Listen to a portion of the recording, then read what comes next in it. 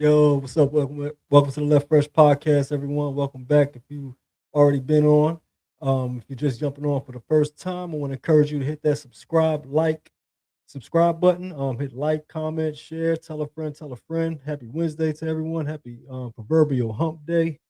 Middle of the week. Got the sports episode for you all. Got the hip hop episode on Saturday Night Live, 10 p.m. I'll reach out for those. I have those in the listings. But yeah, you can find me on Instagram at This Is Left Fresh. You can find me on TikTok at This Is Left Fresh. Yeah, I hope everyone's enjoying their week so far. Hope everyone enjoyed their weekend.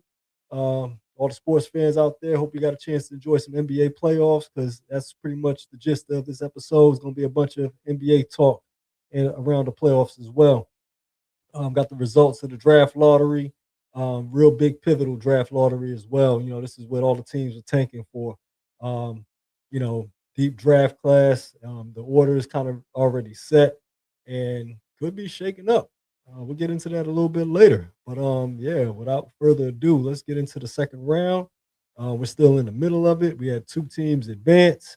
My New York Knicks with a sweep over the Philadelphia 76ers and the OKC Thunder, the reigning champs, with a sweep over the Los Angeles Lakers. But yeah, it's been an interesting second round. Starting to get a little predictable a little bit because you start to see the real contenders emerge and the teams that thought they could have shook something up kind of didn't. Minnesota's still in there with San Antonio, but the Spurs are up 3-2, and you got and of course you got the Cleveland Cavaliers who's playing right now against the Detroit Pistons. They're down by um, 11 points right now. I'm watching at the very moment, so just keeping up with everything. But yeah, let's get into it. Like I said, without further delay, I'll show you the bracket, show you where we're at right now and how we got here. Yeah, looking at the East, like I said, my New York Knicks advanced, third seed. Of course, that big impressive comeback from being down 2-1 against the Hawks. Great run. You know, Knicks have been beating teams by a whopping margin. They swept through the Philadelphia 76ers, who came back from 3-1 down against the Celtics.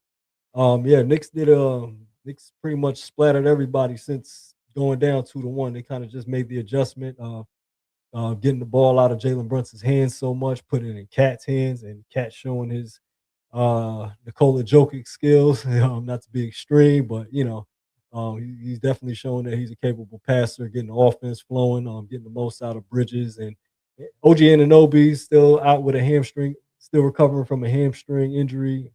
Wish him a speedy recovery. We sure do need him to make that run. But yeah, the Knicks, um, they and the Thunder, the first two teams to advance. Big, big, big turnaround from just how they looked in the regular season. It was kind of shaky. Beat the bad teams, never could beat the good teams. That's kind of where, you kind of you have the optimism because the Knicks haven't looked better. At the same time, you're wondering, how far can this go? Because there's been a lot of postseason heartache as a Knicks fan, and you just kind of want to stay cool. You don't want to overreact. You don't want to jump through the roof. You know, I think we can make it to the finals playing the way we're playing, but at the same time, I think there's you know Pistons are still a tough team. Cavaliers still got a lot of parts in place as well. If they can get it together, which we're looking at. I'm looking at the game now. The Cavaliers are down 46-35. Pistons are up. Um, Kind of back and forth series right now. Um, a lot of pressure on James Harden, of course, who's had his postseason indictments. Um, Donovan Mitchell's had some great playoffs, despite not having a very deep playoff run in his career. Has had some great statistical performances. It's just a matter of getting to that next level of making that deep postseason run for him. So him and Harden together, a lot of scrutiny in Cleveland. And if that's not enough scrutiny, I mean, they're really much over the cap. I mean, as far as the significantly over the tax aprons. So, this is definitely, can be the straw that breaks the camel's back if they don't make a deep run after this. If they don't make it past this series at least. This is pretty much a lot on Cleveland right now. More so pressure on Cleveland than it is Detroit. Detroit still, like I always say, the NBA is a baby step league.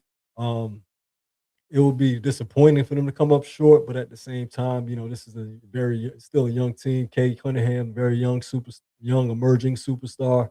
Jalen Duren struggling in the postseason, not even scoring, not even averaging double digits, not hitting the rebounds like he was. He was having an all-star season. Kind of take a step back in the postseason. I think the postseason play is kind of exposed his limited offense, but he got some work to do. He's still young and developing. But yeah. So I mean, I think the Pistons are kind of like, they got some veteran. They got Tobias Harris, who's a veteran. But other than that, this is still a pretty young team. So, this is another baby step forward. They won a playoff series. Last year they lost in the first round. This year they won a playoff series. So it's a baby step league. It's not the same pressure on Detroit as per se a Cleveland, who has a first ballot Hall of Famer James Harden, who's desperately in search for a ring, or still playing for a ring. A lot of postseason indictments, like I said. Donovan Mitchell, he's hitting that veteran mark. Evan Mobley's kind of a young star that's emerging, but to me, he's the question mark. He's the X factor for me. How how far Cleveland goes determine how well Evan Mobley plays. He's one of the brighter young talent in it. He's one of the brighter young talent in the NBA, especially as a big. Won Defensive Player of the Year last year. So yeah, there's a lot of parts in place in Cleveland to where actually it should be enough to get past Detroit. I figured they should be enough to get past Detroit. I wouldn't be surprised if Detroit pulls it out, but I'm not really giving Cleveland a pass for losing to Detroit. No, I think they have enough in place. The move for Harden was too much to have, short expectations. So, but yeah, the plot thickens in the playoffs right now. You look at the first round. You know, all the pretenders kind of just stepped to the side, got pushed aside. Like I said, the Celtics kind of had a surprising upset. Many people had the Celtics coming out of the East, and they blew a 3-1 lead to the Sixers. Um, Speaking of the Sixers, I don't think that anybody had the Sixers winning against the Celtics, but they did. And going into the next round, they look like, hey, if everything was together, they can probably give the Knicks a tough matchup until we actually see it play out in real time. And one of the key things that kept the Sixers from doing anything further was definitely, of course, superstar center Joel Embiid. Um, Had an emergency appendectomy, still managed to gut it out and win a series against the Boston Celtics, which kind of says a lot about the Celtics as well. I'll get into them later. Um, Talked about them last week as well, but with Joel Embiid, it's always kind of a risk. Not the talent wise, he'll always deliver talent wise, even not at his best, he still manages to produce.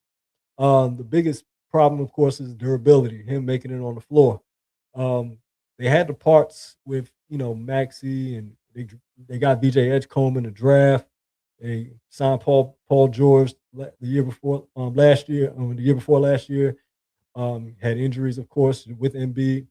Um, but that just didn't come together for Philadelphia. Philadelphia was a team that had bigger hopes at one point, and it just kind of, everything kind of landed on whether Embiid was healthy enough for them to make a run for anything. And since Embiid hasn't really been proven to been reliable enough, um, and after this, playoff loss, I mean, despite coming back from 3-1 down, Philadelphia front office decided that that wasn't enough to keep from moving on from Sixers fire president of basketball operations, Daryl Morey. Yeah, Daryl Morey. He's been there in Philadelphia since about, I want to say, 2018. Um, Came into Philadelphia's front office from Houston. Many remember him from his days running the front office and running basketball operations in Houston with James Harden. A lot of those prime James Harden years with Daryl Morey in Houston. Daryl Morey moved on to Philadelphia, and James Harden moved on to Brooklyn, and then eventually, remember, Daryl Morey eventually traded Ben Simmons for James Harden, and then James Harden eventually left and went to the LA Clippers before being traded to the Cavaliers. But yeah, Daryl Morey eventually is now out in Philadelphia. Um, I Many wonder what exactly was the straw that broke the camel's back. Many looked at the entire roster construction, a couple of the moves as well. Um, One of the biggest questions of what led to Daryl Morey being from Philadelphia moving on from Daryl Morey was the extension that Joel Embiid was given. Joel Embiid, you know, after his MVP season 2 or 3 years ago, you know, he's been pretty injury prone ever since then. And, you know, he has a contract that runs all the way through 2027 and 2028 for the next 2 years. And then he has a player option in 2028, 2029. So Embiid is now on the contract, you know, he's one of the highest paid players in the NBA, of course. Supermax deal. He's set to make 57.98 million in 2026, 2027, 62 million in 2027, 2028, and 67 million in 2028, 2029 as a player option. Um, if Philadelphia wanted to move on from Joel Embiid, it is virtually impossible. And many have questioned why was he given an extension in September of 2024, knowing his injury history. But, I understand in fairness, you can't appease the fan base, the ticket holders, by trading your best player, even if he is injury prone. Although that's something that Daryl Morey or prior Philadelphia Sixers front office should have got ahead of. I know it's, you look at the Luca trade, I don't think any front office wants to be that personnel that trades the best player, doesn't get anything for him, pretty much of any real value, and ultimately let go. So I understand the fear in that. But if there was a player you could have moved on from before Luca, and even before Giannis, if there was a player you could have moved on from, it would have been Joel Embiid. I mean, understandably so. I mean, we understand what he can produce, but that's all the more reason why you got to move on from him while he still had value. I mean, that injury history is egregious, and giving him that type of extension, I mean, what is it, a 3 year, $192 million extension that he signed in September 2024? That was just the year before last, and he wasn't very healthy then. So, I mean, that's one of those decisions that when it doesn't work out, so he's like almost damn if you do, damn if you don't, because if you moved on from him, people will want your head. If you hold on to him too long, people will want your head. You know what I mean? At the end of the day, heads are going to roll when you get these type of results. Yeah, I mean, Joel Embiid, not to deny any of his talent, he's an MVP. He's averaged 33 points a game at one point in his career. I mean, not very, very short time ago. I mean, just 3 years ago, he's probably one of the top five players in the NBA. But you know, giving him an extension with that extensive injury history, and that's not even just one of the moves. Jared McCain, second year guy, had a little injury, in Philadelphia. Great shooter. He was traded by the deadline. He was traded to the deadline for draft picks from OKC. He was traded to OKC for pretty much pennies, and he's now one of OKC's best shooters off the bench, and that's from Daryl Morey's deal right there as well. Seeing players that you needed depth, and at the same time, in fairness, he couldn't afford to keep he had to cut salary a lot of different ways as well. But that was young, valuable player, right? That was young and valuable asset right there in Jared McCain, and he's lighting it up in OKC right now. That looks 10 times bad when a player you traded from is kind of like you need that type of depth, and then he's on somebody else's team lighting it up. That just doesn't look good. So yeah, I mean that just came with another even more scrutiny on top of the MB contract extension. Paying Paul George a max salary contract. Um, Daryl Morey went all in to try to. And in fairness, I mean, he kind of came in like, "Hey, you have to make something happen with Joel Embiid during the window that we have with him," and he just kind of went in for a bunch of win now moves. And in today's NBA cap structure and tax aprons and everything, it's almost impossible to kind of just put stars together and just get results. I mean, one thing they did get was ironically, through a very bad first season with Paul George and Embiid out there, ironically, through a very bad first season, they ended up with a lottery pick that turned into BJ Edgecombe. So something good did come out of that. But this is a team that was put together to win now. And Daryl Morey is just, like Philadelphia's just moving in a new direction. And right now, trying to figure out how to also manage some of that cap space issue they have in Philadelphia as well. So Daryl Morey's out. Philadelphia trying to figure out where to go from here. But yeah, I mean that's the East right now. Knicks is waiting on the winner of the Pistons and the Cavaliers. We go on to the Western Conference, and it is a lot more predictable, just a little bit more predictable. The Thunder have not lost a game in the postseason yet. No Jalen Williams, no real problem. They're just they're just breaking out the brooms. Get back to that in a second though, because we got Laker news. The Timberwolves, after an impressive win over the Denver Nuggets, look like they just kind of ran out of gas with that core. Another team that's won a ring and kind of fell to middle of the pack. Um, running into a little trouble right now. One game away from elimination from the Spurs. Victor Wembanyama came back from suspension, put up 27 points, 15 boards, about 3 blocks, like 16 points in 16 minutes. I mean, Rudy Gobert had a great series against Nikola Jokic. Can't say the same against Victor Wembanyama, and that's kind of indicative of Victor Wembanyama officially becoming, without less and less of a debate, the best player in the NBA. Right now, I don't think, I think the only question up to this point was experience in the playoffs, how he'll do in the playoffs, injuries. Well, right now, he's looking like he's the best player in the NBA. I mean, at this point, he can lose this series and still be probably the best player in the NBA. I don't think anybody would be crazy enough to pick somebody over Victor Wembanyama at this point. I mean, respect to SGA, he's probably going to win the MVP, but Victor Wembanyama is a game changer. Um, the other night against against the Timberwolves, he had Gobert going all different type of directions, and he was dishing the rock as well. Once everybody collapsed on him in the paint, he was passing the rock out to the perimeter. They kind of went on that deep run in the second half after Minnesota tied the game, and you know Timberwolves just don't look like they have enough. They try to play physical with them, with the Spurs, and it's just not working. You can't really bully Wembanyama. He's still a force in the paint, blocking shots. You can't really block him. And then you got Dylan Harper. I mean, he's got a smooth game. When you're getting play from your guards and everything with Wemby, I mean, they're a tough team to stop, and they started clamping up defensively. Yeah, it's almost to the point where, like, unless Minnesota's on their last shot, but it's like, yeah, I kind of felt like, even by game 3, it was like we can fast forward to OKC and the Spurs. That's kind of the matchup we were watching all regular season. We said it was a potential finals matchup, and it's very much looking like such. The Thunder, though, yeah, it's not gonna be a sweep. I don't think, though.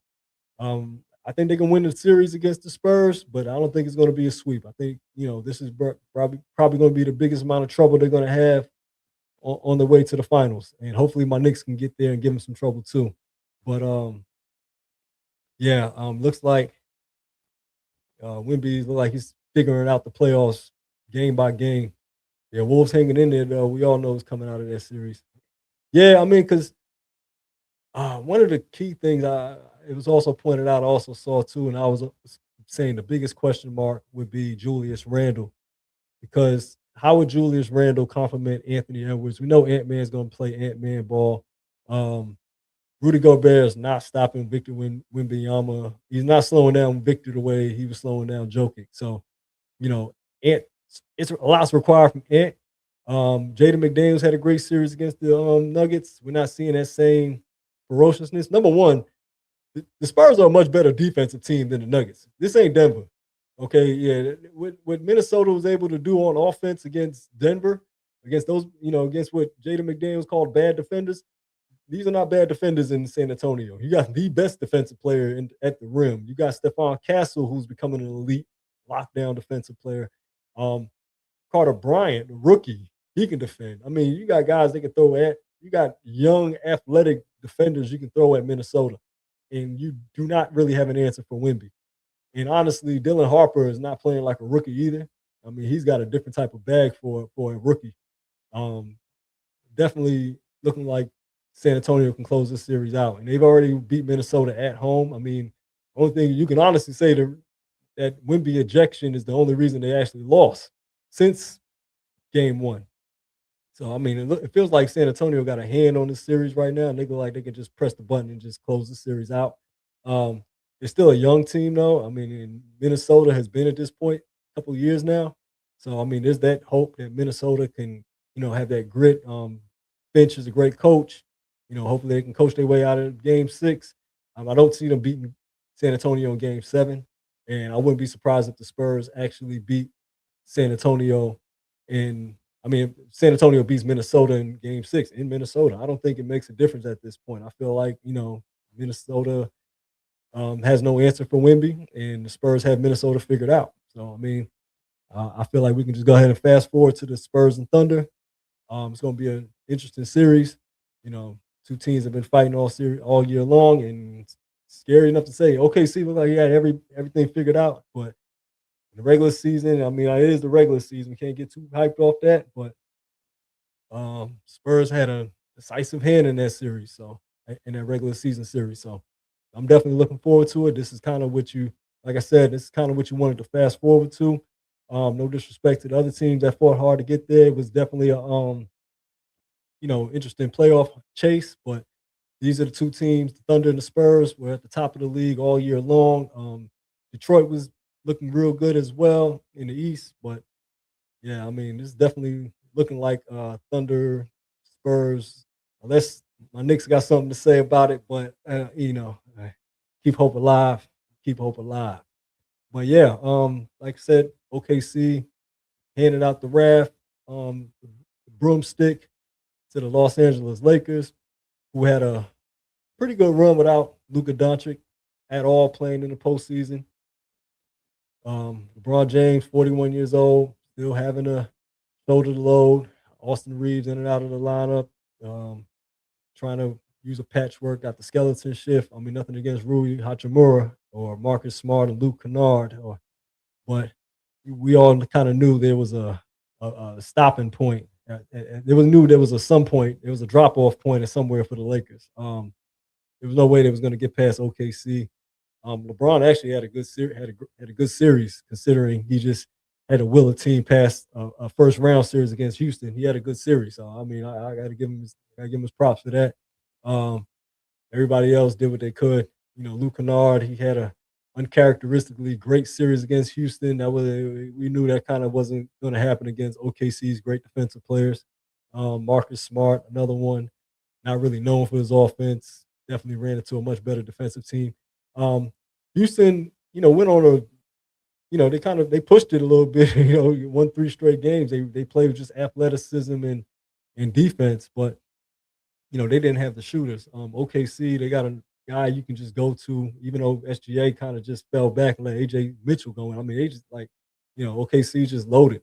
Just a much better team, and I think even by Game 4, the Lakers was just basically saying all the right things, continue to fight, but they knew there was no match, especially without Luka. I mean, even with Luka, the Lakers probably could have just pushed it to 6 at most, which leaves a lot of offseason questions in LA as well. One of the big markets in sports, period, is going into an offseason with a lot of questions. And probably the biggest and first and foremost question is the status or decision that LeBron James may make.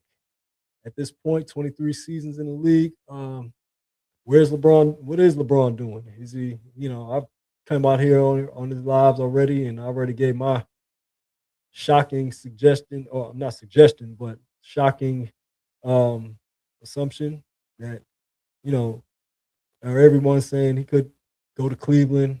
I think everybody's romanticizing that reunion, going back to Cleveland, one last ride. Cleveland has pieces in place. They can make it happen.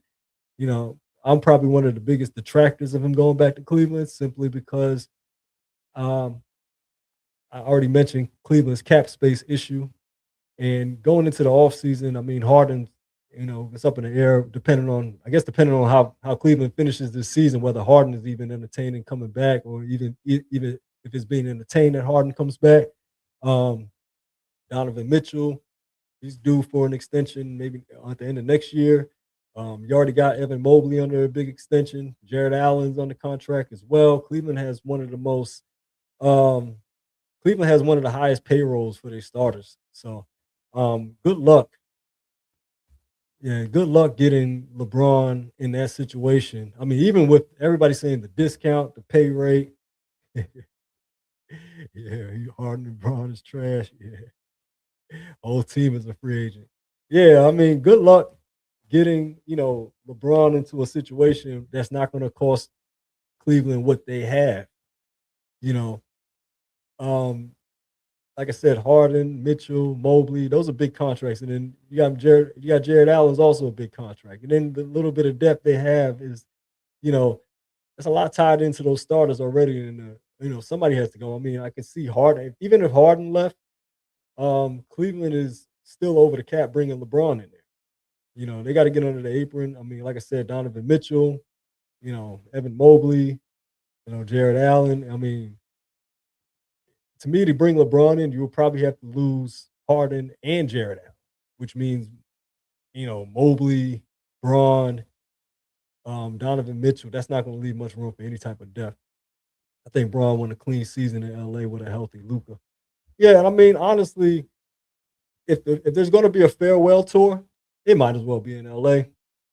Um, to me, this is where LeBron went to retire when he left Cleveland in the first place.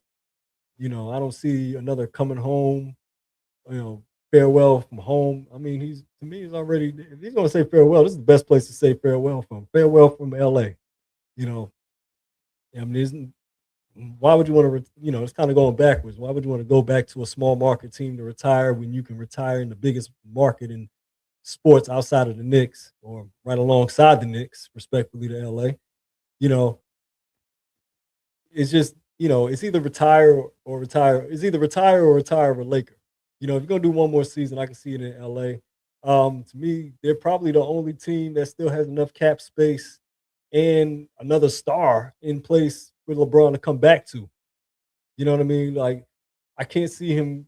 Everybody saying the Knicks. This I heard some people say the Knicks and raise eyebrows about it, but I'm like, no, the Knicks kind of have they kind of tied up with their cap as well. I mean, today's NBA is not really allowing stars to just go and team up anymore. Like, the best way for a team to get better now is through the draft.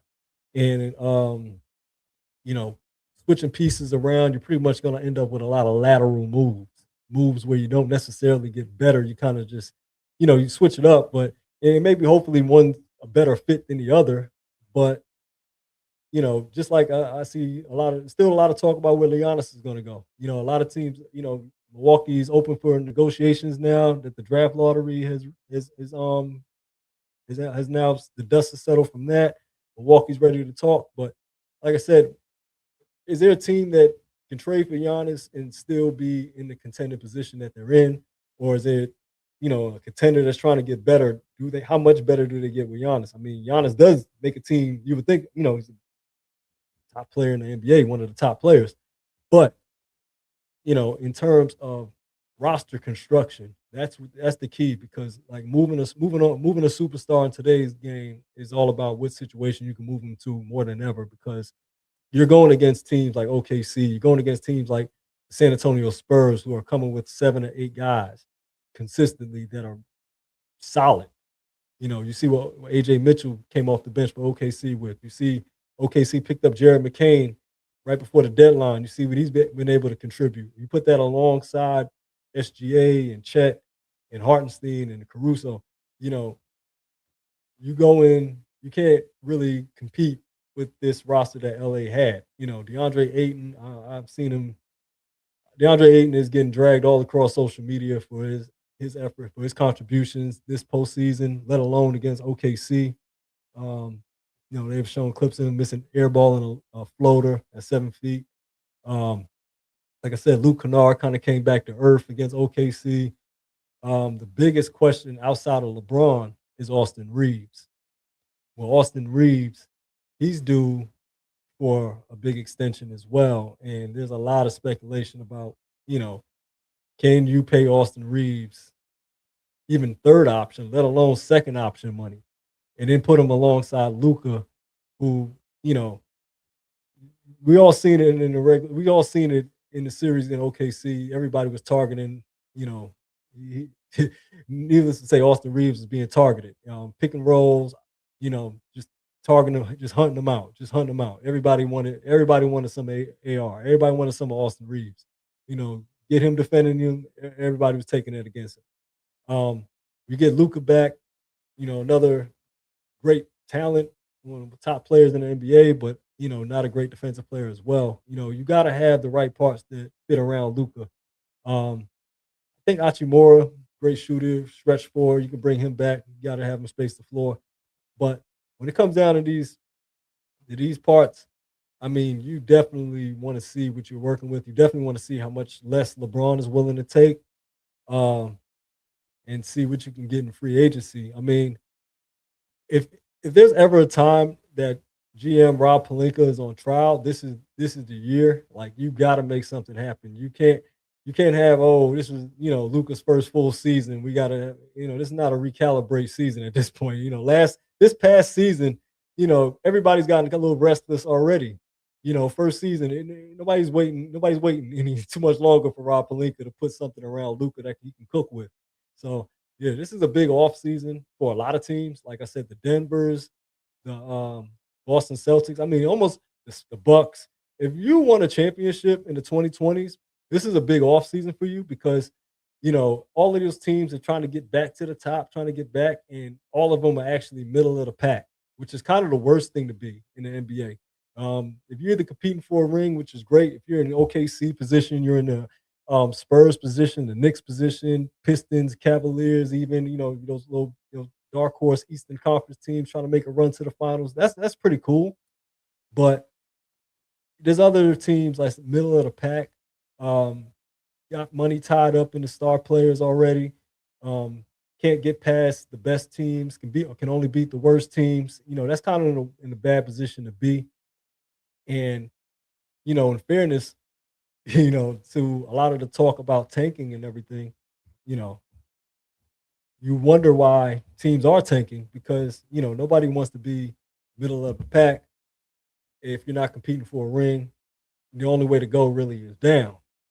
And like I said, you're going to see a lot of those middle of the pack teams making trades, trying to switch things around, trying to make moves, to try to get over the top, get back into contention and everything. But it almost looks bleak as a middle of the pack team because like I said, you're pretty much with lateral moves trying to make salaries match up. And for these teams that caught a lot of flack this season for tanking, um, I can honestly say after this draft class, it probably won't be the deepest draft class. So I don't think tanking is going to be an issue. And now I'm about to segue, which segues into the teams that were in the draft lottery this past weekend. And everybody who's just jumping on, welcome aboard. If you're jumping on for the first time, I want to encourage you to like, subscribe, comment, share, tell a friend, tell a friend. If you're on again for several, if you're a frequent, if you're a regular, welcome back. But yeah, final segment. Yeah, the draft lottery. In between the playoffs, you had the teams that tank to the bottom of the league, and the league was, a lot of sports media was dragging the conversation into the ground. I said up and all the way throughout this discourse that the NBA tanking is fixing itself at the end of the season. There won't be bad teams in the playoffs. Number one, I don't think there's no need to overreact to it and beat a dead horse about tanking. Just find teams, keep it moving. Also, the conclusion to the tanking saga is the draft lottery. And I know a lot of people don't like the draft lottery. A lot of speculations. That was rigged. But listen, it doesn't reward tanking. It's not a guaranteed fix for tank. It's almost like a guaranteed fix for tanking, whether you like the fix or not. I don't think the draft lottery needs to be adjusted. And this past draft lottery, I'll show the results in a second. Show there's no reason, there's no need to shake the ship. Everything is already kind of falling into place, whether you want to admit to it or not. Whether you actually like the actual results of it. Listen, and it varies by year still enough. You know what I mean? To shakes things up. You look at the results. Um, I'm not mad at it, man. Honestly, I'm not. I knew I wouldn't be mad at it because every year we think we got the draft lottery figured out, and something, a little fishy, a little side eye happen. You look at it like, oh yeah, it's rigged. You run around, it's rigged. But hey, man, it's a better shakeup than just the worst team in the league getting the first pick.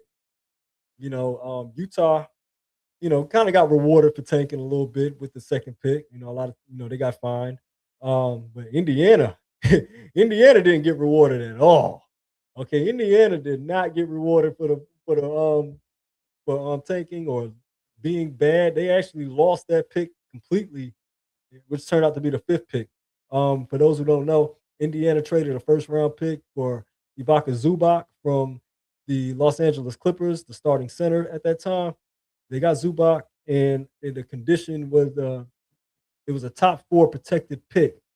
And since Indiana fell out of that top four, that pick went to the LA Clippers. But yeah, started off with the winner. Let me go to the winner though. The Washington Wizards won the number one pick. I believe it's the first time they've won since 2010 when they drafted John Wall. The Wizards, in case y'all forgot or just haven't been keeping up, they had a busy trade deadline, making a move for Trae Young, trading for Anthony Davis. They had plenty of cap room to trade for those contracts. They gave Trae Young the extension. They got Anthony Davis. They got a very young parts in place, though. Outside of those big moves, they're just a very young team. Alexander Sarr was the second pick from 2 years ago. He's a second-year guy. He's starting to turn a corner, even though, Wizards are just awful. But, and this is what I'm saying. What if some teams are just bad? Some of these teams are just bad. Like, I don't care how much you try to lose. Some teams don't have a choice but to lose. And, for the draft lottery just to shake it up, the end result is not cut and dry. Like, hey, this team's record just puts them there. So, I mean, really fighting to lose just to end up with the fifth and sixth pick. Look at the Nets. The Nets had like the second worst, had the second best, was tied for the first best odds. Yeah, the Pacers and the Nets were tied for the best odds with the Wizards, and they still ended up fifth and sixth. So I mean, tankers never prosper, not completely. I mean, it still get a little bit of a shakeup at the end, but I mean, at the end of the day, some of these teams are just bad. You look at the draft lottery though. Yeah, the Washington Wizards, the Jazz, the Grizzlies, who still have John Morant. Keep an eye on that situation to see what happens come draft time, where a lot of these rosters come off the books as well. That's when a lot of these moves are happening. The Chicago Bulls made a lot of cap clearing moves. Everybody was wondering what moves they were going to make. They had like 4 point guards, and just looked like they were just throwing the season away. Well, they ended up with the fourth pick. Good for the city of Chicago, man. Big market. Not a lot of life in Chicago basketball in a while, so encouraging to see them get a top 5 pick. The LA Clippers, Kawhi Leonard's still out there. Darius Garland's still out there. They end up with a top 5 pick coming out there. That's pretty big for the franchise. A little skeptical because of Clippers history, but at the same time, it's good to see a fairly big market, not exactly LA Lakers, but LA market in the mix. Like I said, the Brooklyn Nets, they kind of just fell off. Those probably could have been as high as a top 3 pick, falling number 6. This is a team, if anybody could use a chance to get better, it should have been the Brooklyn Nets. Roster is completely depleted. They had 5 first-round picks last year, and I don't think any of them made the all-rookie team. That's a bad sign. Michael Porter Jr. Looks like he's possibly on the move as well. You can probably watch that situation. Somebody who might need a second, third option scorer, and Michael Porter Jr. He's a guy that can get you some buckets on a contending team. I can see a middle of the pack team trying to make a move for him. Sacramento Kings, another depleted roster outside of a aging DeMar DeRozan, Zach LaVine, and Russell Westbrook, Domantas Sabonis. This is a team that could definitely be blown up, or definitely could just use some young legs out there. I'm gonna get to the mock draft in a minute to show you who can end up in these situations. The Atlanta Hawks, who had the New Orleans Pelicans pick, they get the number 8 pick. So, like I said last week, Hawks, even though it was a bad playoff exit, getting beat by 50 points at home, the optimism. You got some young talent in place, and you got a top 10 pick. So, you know, a little optimism there. Dallas Mavericks, Cooper Cooper Flag, you got your guy, you got your potential franchise player, and now you get a top 10 pick to go along with him. It was kind of a rough season for Dallas. Kyrie Irving didn't make it back. Um, Kyrie Irving didn't make it back. Anthony Davis got traded. But yeah, a top 10 pick headed to Dallas with Luca Flag. I mean Luca, not Luca, Cooper Flag. Luca gone. Hawks dodging bullets with Trey. He done. Yeah, and that's kind of what I was telling people to be prepared, a back injury series. And on top of that, the NBA it's tough to play. It's tough to have a small point guard in the NBA. Defensive liabilities. This league is definitely emphasizing defense now. They like bigger guards or bigger wings that can bring the ball up court. I mean, teams will take a chance with a wing that can bring the ball up the court rather than deal with a small point guard that's a defensive liability. That's kind of where the NBA is at right now. And yeah, Trey Young, gave the Hawks some great years, but you got to think too, in basketball years, we got to stop taking, you know, career duration for granted. We can't just assume everybody's going to play at 38, 39 years old like Kevin Durant, Steph, and LeBron at a high level. You know, 27, 28. That's the year we start paying out those supermax extensions. That's another thing the Hawks had to struggle with. Trey Young was due for a supermax extension. He was drafted by them. So after 7 years, and you make a couple of all-star games and all NBA teams or whatever, you start getting eligible for the really big contracts, which is going to kill a lot of your depth. And the Atlanta Hawks, in fairness, probably didn't want to give up all that depth that they built up for Trey Young. They got to pay other players, and Trey Young became pretty much expendable at that point. You got to make those tough calls, especially with star players. And you got to move on from them as fast as possible. Which leads me to the 10th pick. The 10th pick is going to the Milwaukee Bucks. The Milwaukee Bucks front office has now announced that they are open for business when it comes to offers from Giannis. Easily to say, there wasn't much of a trade package you were going to get. That's quality for Giannis by the trade deadline, because everybody's still trying to move salaries and make salaries match. The draft is the best time because you know who got what pick. You're not just trading for a team that's potentially going to get a pick. Who got the spot, who's got the third pick, who got the fourth pick. There's no lottery anymore. The dust is settled, and now the Milwaukee Bucks can look at what team got the most to give up for Giannis, including cap space as well. You want a team that can actually have the space to take on Giannis's salary, or alleviate some of Milwaukee's salary, because a lot of people don't know Milwaukee's still paying Dame Dallas salary. There's 20 million a year stretched out over a couple of years. Milwaukee is still kind of pressed. Luckily for them, they still got a first rounder they can select with, they can move forward with. But yeah, the time to move on from Giannis has kind of been overdue. I mean, you got to move him like yesterday.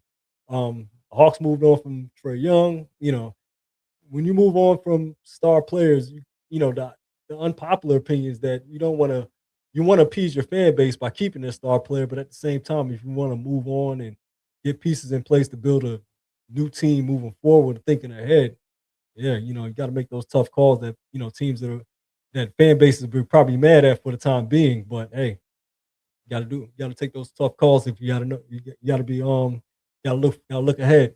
Look at OKC. They moved on from Westbrook. They moved on from Paul George. And they got a slew of draft picks, and they built through the draft.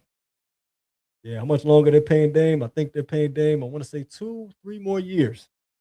Yeah, he had just got that extension when he got to Milwaukee, and Milwaukee waived him without his contract's guaranteed. So yeah, they got to pay. So they got to pay him. So yeah, Milwaukee's in a tough spot. The only way you really can get better in a fast space is get rid of your best player. I mean, who's coming to Milwaukee? So, yeah, that's tough. And then you got the Golden State Warriors at the 11th pick. Golden State, a lot of pressure there as well. Not sure what can you do to get better around Steph. Hopefully Jimmy Butler is back at some point next year. You still got Draymond, you still got Steph. This is a really old roster. with not a lot of depth around it. Golden State has not done well in its rebuild. A lot of their young talent that they drafted didn't pan out, and they just got an old team in a league that's a lot younger and a lot faster and a lot more pace to it. And you know, hopefully there's a home run hit that the Warriors can hit on at the 11th pick. Somebody that they can, somebody who can maybe inherit the torch. And I remember one point they thought that was Jordan Poole. Mm. But and of course, what we all do not want to see is the reigning champs, possible repeating champs, OKC Thunder with the 12th pick. That 12th pick, OKC has hit on a lot of draft picks, as you can see with the championship resume at this point, with the team they built. Giving them another lottery pick is not what the league wants to see. Especially if they hit on it, the league is probably cooked. But still got the Spurs there to make it interesting. But yeah, OKC, Sam Presti, best GM in the league at this point. Tough. It's tough to see him miss at this point.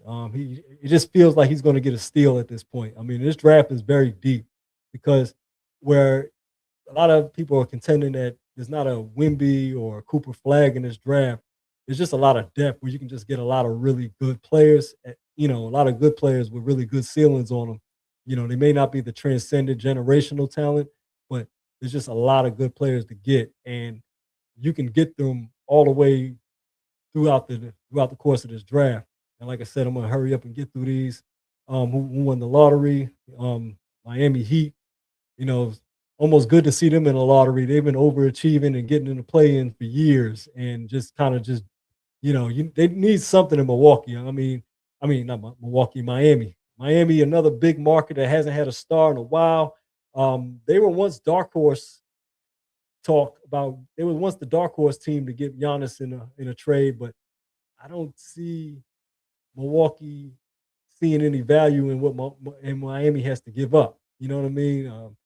Bam Adebayo, Tyler Hero, 13th pick. I mean, it just doesn't really. I don't think that really moves Milwaukee as opposed to the other packages Milwaukee can get for Giannis. So, I know Giannis supposed to play in a bigger market too. So, I mean, that kind of keeps him in contention, but they're not exactly the more attractive offers for the Milwaukee Bucks. Block player owned Melon Playground. The first thing he does. And then you finally have. Now you need VIP just to spawn a melon. And then you finally have the Charlotte Hornets, who also have. And then you finally have the Charlotte Hornets, who won the 14th pick in this draft. They get to finally, build off that nice run that they had coming up short in the play-in. But LaMelo Ball, Con Kneppel had a great year. Brandon Miller had a great year as well. They had a great run at least. Kind of fell short. Kind of disappointed how it fell short a little bit, but at the same time, they still got a chance to move on and got a chance to make it happen, though. You know what I mean? But we're gonna move into the mock draft, and since the post lottery mock draft, CBS Sports reported Adam Finkelstein. We got AJ DeBansa still at the number 1 projected status. Darren Peterson. A lot of people are not really sold at Darren Peterson or AJ DeBansa. It can go either way, 1 or 2. Darren Peterson's kind of gotten treatment for his leg injuries and everything, soft tissue injuries that he's been having throughout the course of the season. But yeah, it's still kind of up in the air in many minds that AJ DeBansa can go Peterson, either one. But it's definitely looking like 1 and 2 right there. You got Cameron Boozer at number 3. You got Caleb Wilson, who I think can actually translate to the NBA level at a high level. Very young, very athletic. Keaton Wagler had a great run in the tournament. Great shooter, great scorer, tall point guard. And of course, everybody loved Darius Acuff. Got him projected to go into Brooklyn with the 6th pick. Could possibly be one of the best point guards in this draft. And then right there, Kingston Flemings, another solid point guard, was great in the Houston run as well. A lot of freshmen in this class. All throughout the course of the season, we've been saying this is possibly one of the best freshman classes that we've seen in a long time. I mean, maybe 25, 30 years at least. Mikael Brown going to the Hawks. Hawks getting that point guard they can move on from Trae Young with. Braden Berries from the Arizona Cardinals, Arizona from the Arizona Wildcats at shooting guard. Nate Ament going to the Bucks. Listen, don't be surprised if the Milwaukee Bucks make some sort of splash with a Giannis move around draft time, trying to move up maybe. I can see Giannis going somewhere unlikely just because Milwaukee and I don't think they can come to a amicable trade conditions amongst each other.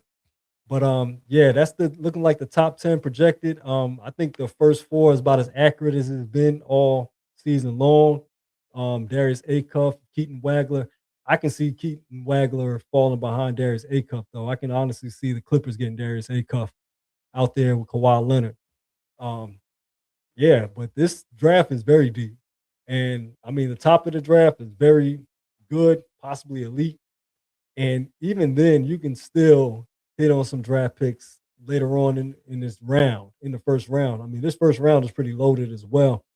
You got guys who can come in and contribute right away in the first round. They may not be superstar level players, but they can come in and contribute right away.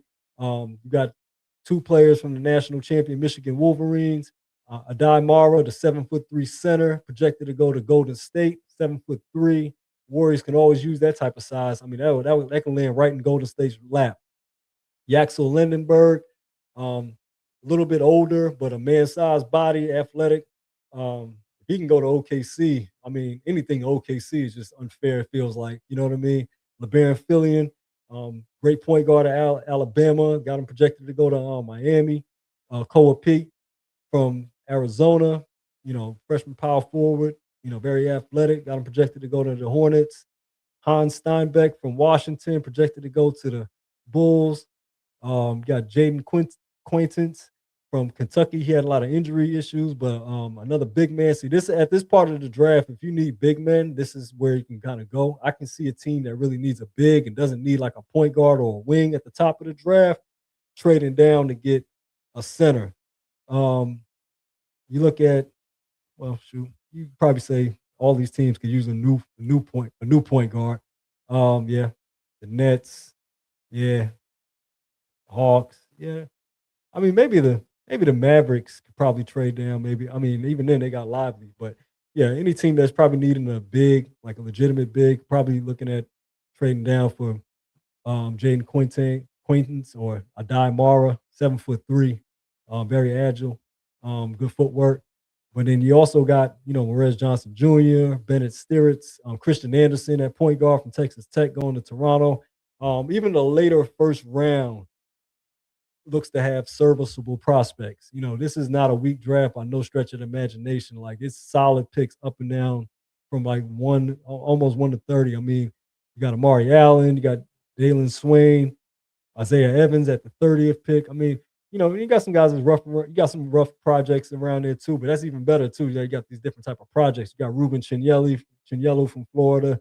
You got some guys who've been in the transfer portal, players who've been upperclassmen as well. You got guys who are, that means basically grown men ready to compete. It's not just a bunch of, scrawny one and dones. They got to hit the weight room 3-4 years away. Some of these players have been transfers and got a good run on a team that made a run in the tournament that's now NBA prospects as well. So, the top of the draft kind of has like the younger one and done prospects that can turn into possible superstars.